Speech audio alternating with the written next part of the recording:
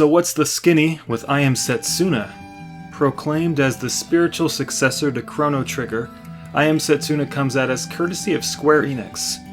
I Am Setsuna presents players with a world covered in ice and perpetual winter, with sacrifice, selflessness, and sadness as the underlying themes of its journey. Square Enix is coining it as the return to authentic JRPG experiences. So how did they do? Let's take a little gander. So the story of I Am Setsuna is something I would label as a dramatically personal game. In the world of I Am Setsuna, peace is maintained through sacrificial pacts offered to a demon. However, after 1 year, the fiend grows violent before the next sacrifice is due. Those living on the island are afraid of the demon and try to placate the fiend by offering a sacrifice, Setsuna. Sweet little Setsuna, chosen because of her powers of enchantment. Setsuna must then leave with her companions and head for the farthest land on the island, where a ceremony of sacrifice will be held to restore peace and safety. It's sad, personal, yet the motives of Setsuna and her safeguards are in the best interest of a greater cause. The game marks an interesting business shift from our old buddy Square Enix, a company that has practically done away with traditional JRPGs for the last 10 years. After Final Fantasy X, Square Enix decided that we don't want active time battle systems or JRPGs, for whatever reason. Returning to their roots and yesteryear game design, we get I Am Setsuna, known as Ikini to Yaki no Yasatsuna in Japan. In Japanese, Ikiri means sacrifice, Yoki means snow, and Setsuna means sorrow. Gameplay in Setsuna is provided through an active time battle system, akin to Chrono Trigger, but a magic and weapon system peppered with a hint of Final Fantasy. From Chrono Trigger returns the combination technique system, where party members can combine spells based off which items, called quartz, they have equipped to create more powerful versions of their favorite spells. And during battles, attacking will fill a Setsuna gauge that you can use in the future to trigger ancillary spell effects while attacking. Depending on what attack was used, you can gain some pretty cool techniques that can either disable your enemies, remove status effects, provide AoE cross-slashing steroids, and many more. In fact, there are dozens per character. The quartz required to fill your Setsuna gauge must be obtained by defeating enemies in specific ways, and depending on how you kill them, with what element or what order, enemies will drop different elements of quartz. It's up to you to figure out which ones you need and rewards player experimentation. Weapon upgrading is more generic, unfortunately.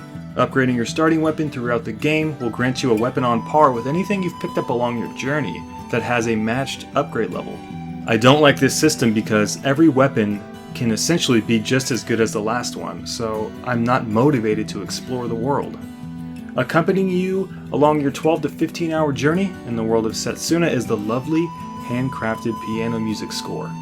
Most of this music is actually the work of keys in this game, somber, soft, and consistently melancholic in tonality. You know, piano music is great for a while, but a more explorative suite of musical variety would have benefited the game greatly, as most of the music is lugubrious in its space. The sorrowful weight behind each keystroke is effective, although it impedes musical variety. The lack of other musical instruments, more varied musical breadth, and a lack of orchestral music, it does wear on you as you push on. Having said that though, the music on its own is quite lovely in its softness. The lack of musical variety mirrors the lack of visual variety too. You'll be seeing a lot of snow, thick in its presence as you trod through it and leave footsteps in its wake.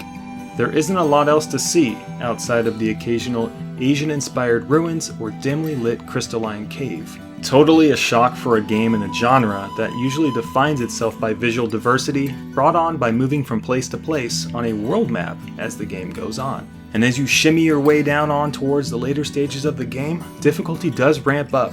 Battles become surprisingly frantic and fast-paced, sometimes a little bit frustrating too.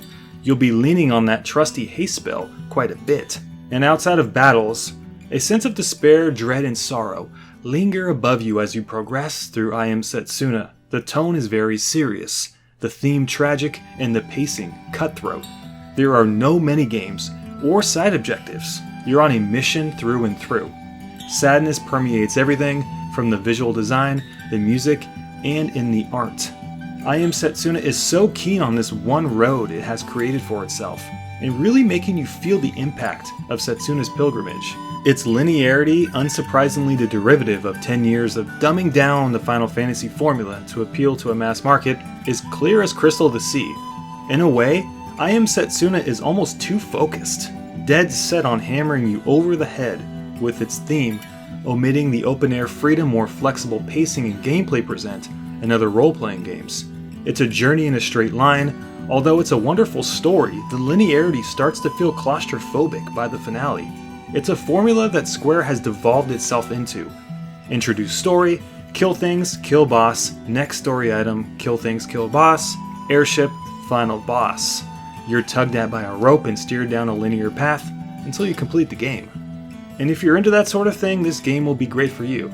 But for me, the storyline is fantastic, the theme is very captivating, but the total experience is a bit one-dimensional in scope. In the end, it's a JRPG built for a 2016 audience. It's a damn good game, and a damn good piece of art, but one that doesn't go unnoticed in its linearity and fragileness due to its core design philosophy. Totally recommend it though if you're into these games, and that's the Skinny with I Am Setsuna.